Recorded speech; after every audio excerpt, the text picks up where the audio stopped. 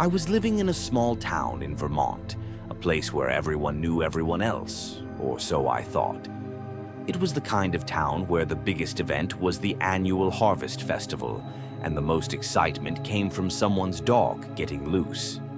Nothing out of the ordinary ever happened here until I met Sarah.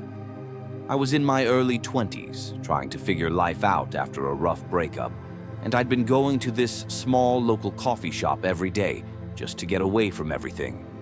It was a routine, just me and my coffee, staring out the window, mindlessly scrolling through my phone. That's when I first saw her. She was sitting in the corner, sipping her drink and reading a book. What caught my attention wasn't just how quiet she seemed, but how out of place she looked. There was something off about her, but I couldn't put my finger on it. She had this calmness, an almost otherworldly stillness that made everyone else around her seem frantic in comparison. I hesitated, but I eventually walked over to her and introduced myself. Her name was Sarah. She smiled and spoke in a soft, smooth voice that had a kind of hypnotic quality. We chatted for a while about trivial things, books, movies, small talk that was easy. She was pleasant, but the more I talked to her, the more I noticed how little she said about herself. Every time I asked a personal question, she would smile and change the subject. There was something about her eyes, too, something that made me feel like she was looking right through me. Over the next few days, I kept running into her at the coffee shop, and we began to talk more. The strange part was, no one else seemed to notice her the way I did. I asked the barista if she'd ever seen Sarah before, but she just looked confused and said, "I don't know who you're talking about." One evening, after an especially long conversation, Sarah invited me to walk with her. She said she liked walking through the woods at night. I thought it was odd, but something about her made me feel like I couldn't say no. So I agreed.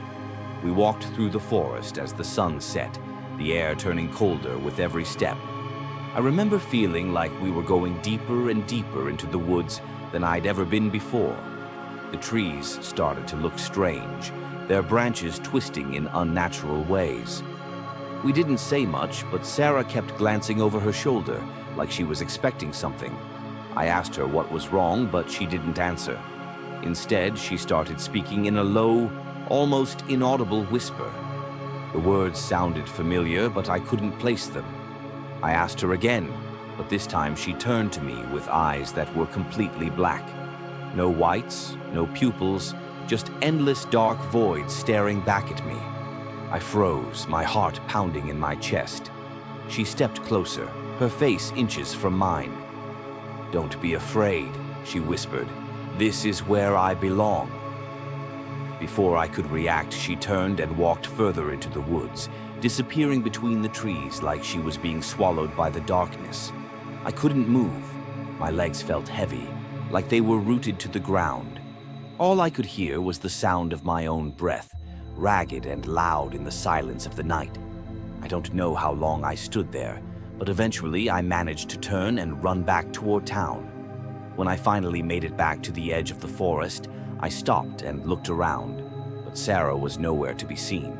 I tried to call her name, but no one responded. I never saw her again. I asked around town, but no one knew who she was. The barista at the coffee shop had no memory of her, and when I asked the people I'd spoken with, they just looked at me like I was crazy. There's not a day that goes by that I don't think about Sarah. What happened that night?